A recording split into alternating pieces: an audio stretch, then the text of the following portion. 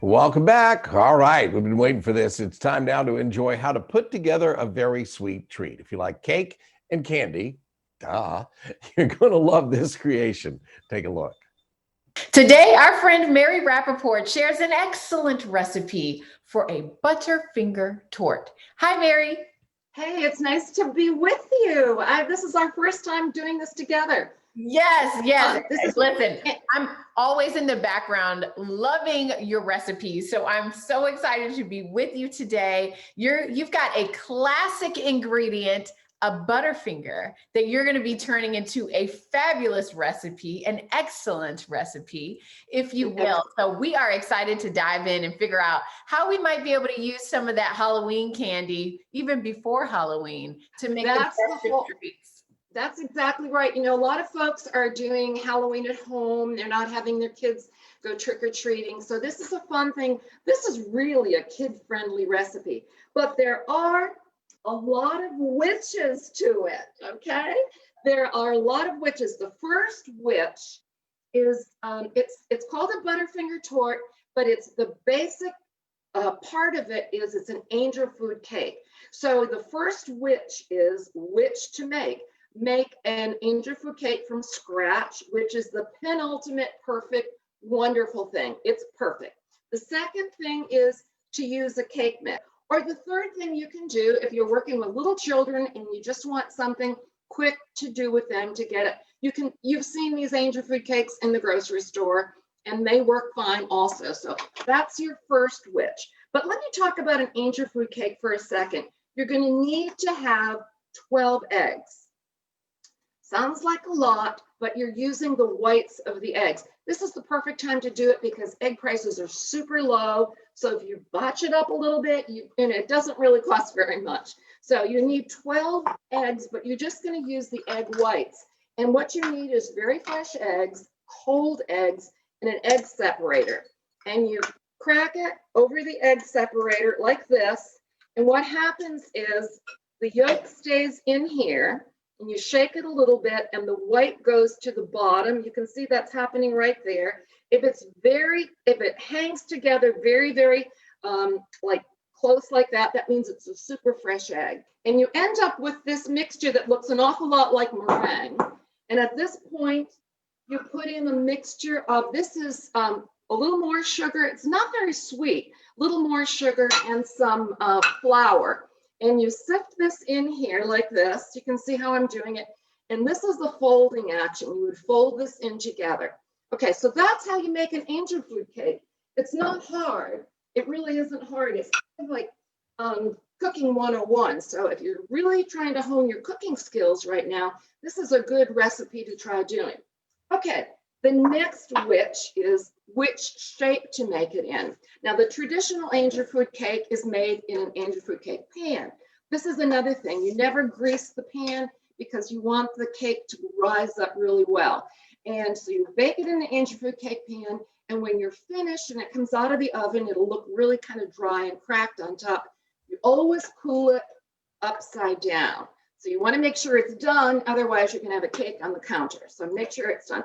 But that's your second which shape. We've got which shape that we need to make, and then we've already determined which recipe we really want to do. So I just love the idea of keeping the witches about you. So this is another way you can make it in a meatloaf pan. And if you make it in a meatloaf pan, it's going to make two of them. So this is the second way of doing it. And my actual, it's really nice when you get the cream on top of it. The third way is cupcakes. Honestly, the best thing in the world, because you can make these ahead of time, keep them in the freezer.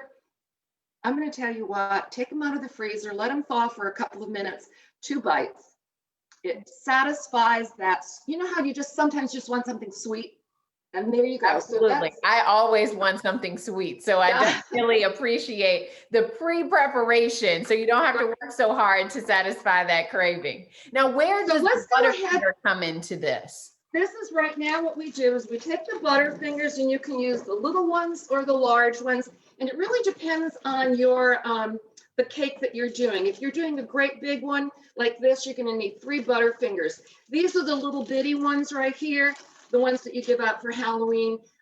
3 of them will be enough for 1 candy bar. Take a rolling pin, pound it like this, and crush them up. And if you don't like Butterfingers, that's another witch. You can use Heath bars. You could probably use Baby Ruths. You don't want something gooey, not like a Milky Way, right? You want something really crisp, okay? And so you crushed them all up, and I have them sitting here in a bowl like this. Okay, so that's what you have right there. The other witch is which to use. Real whipping cream, which is the best, that you whip up with a little bit of sugar, like kind of make a chantilly cream on that. Or you can use non-dairy topping. My suggestion, if you're doing this with children, use the non-dairy topping. It's easy, you open the container and there it is. So we're ready to do the tort now. The tort is just layers of cake. That's what a tort is. And I'm using this one here that I bought in the store. And when you cut an angel fruit cake, use a serrated edge knife. It'll cut better. It's and you use a sawing motion, kind of like this. I've already cut this before, but you would cut it like this, okay? And you make it 3 layers, and I've got 3 layers here. My first layer stays on here. This is so easy. I can just picture, 4-year-olds and 3-year-olds and, 18-year-olds doing this. You layer on the cream. And then you take the crushed Butterfingers or Heath bars or whatever you have. Doesn't this look like fun? Can't you just picture the kids? Oh yeah, absolutely. And now, I'm quite sure that cream is tasty as well. You might have to do some taste testing in the process of spreading your cream. Exactly. I can think exactly. And if you want to do the sides, you can certainly do the sides as well. Okay, now the last witch is, which decorations should I use? Well, I happen to have some eyeballs here. So I'm going to throw some eyeballs in the center here, these plastic eyeballs. These are not edible. So if you're working with, 2-year-olds, you might not want to do the eyeballs. And what about a couple of spiders? Yeah, so we can put the spiders on here.